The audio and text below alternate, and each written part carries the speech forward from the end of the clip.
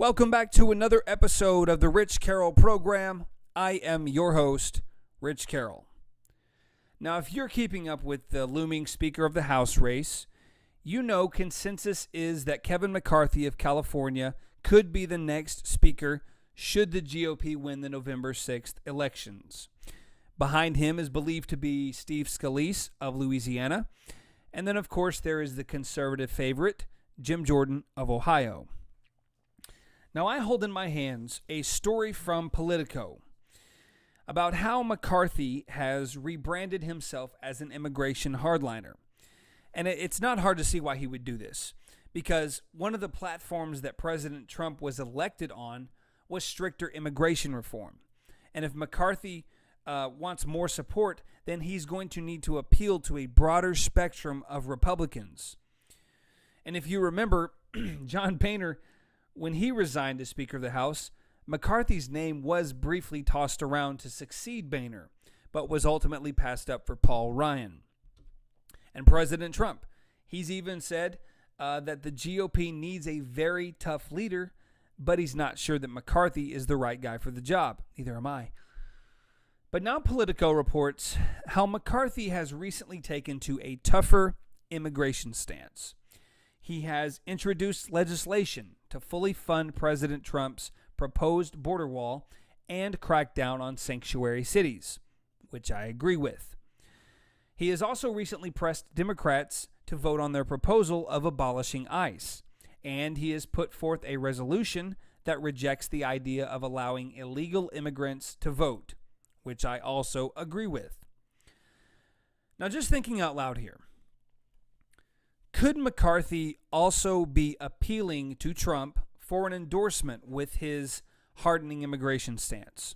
After all, TheHill.com reported that Trump recently said at a private fundraiser he looked forward to working with McCarthy after wishing Paul Ryan well.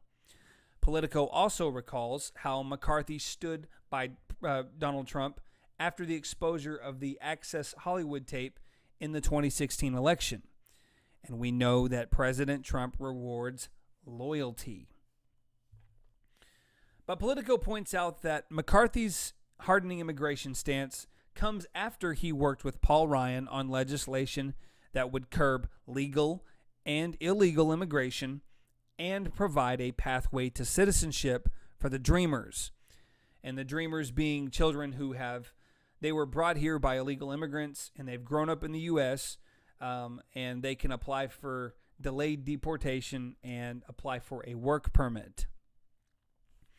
And so this first story really kind of ties in to another Politico story that I read. According to 3 senior Republican sources, the GOP leadership wants to hold leadership elections on November 14th, right after the midterms. However, members of the Freedom Caucus could push to delay the vote until after a budget showdown, the showdown which is expected to happen as the GOP tries to secure funding for Trump's border wall. Now, I find this to be curious timing for a leadership election. If the elections are held on November 14th, the new class of House members coming in will not get to vote on who becomes Speaker or minority leader. And this is extra important to me because I currently have a retiring 30-year congressional Republican representing me. And do you think I want him voting on the next speaker knowing he doesn't have to answer to me? Not really, because he would most likely vote for this guy.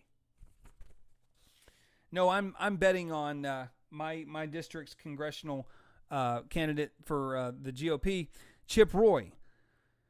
I want him to represent me in the leadership election.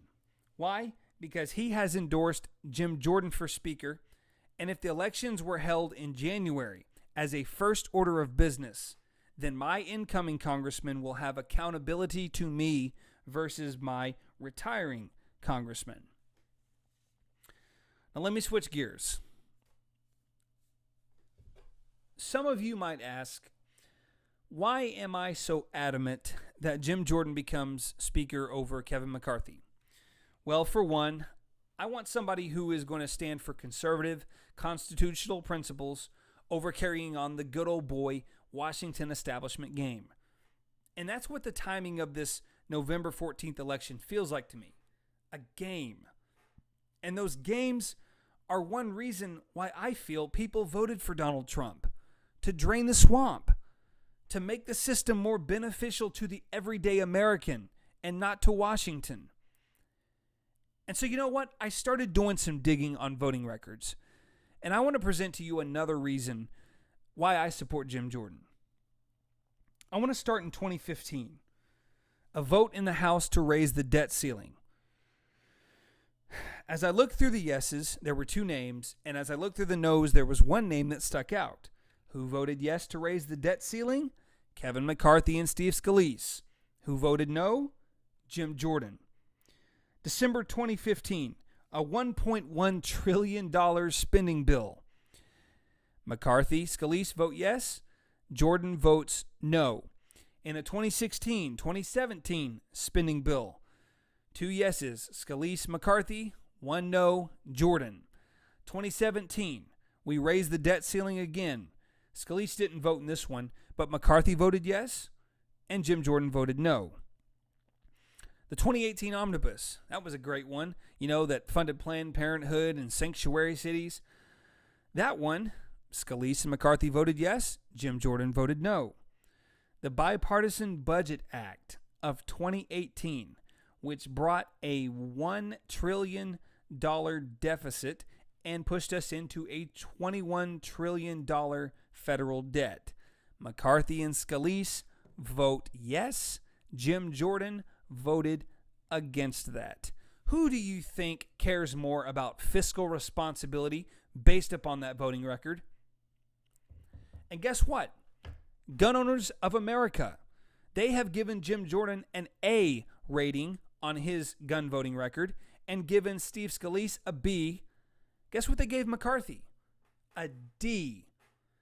Based upon those grades, which speaker would you trust to facilitate more pro-gun legislation? And let me ask you this. Do you want someone who will represent the Constitution, who will represent real conservative principles and do what they say they will do? I believe we have a great opportunity to elect that kind of leader in the House. We need someone to be in contrast of the Senate and Mitch McConnell and actually fight for real conservative reforms. Now, let me say, there is always a chance someone other than Jordan can get the gavel and do a good job. I am not beyond admitting if McCarthy becomes Speaker and performs well. But based on the information available, I worry we're about to repeat Boehner passing the buck to Ryan, and not much changed after that.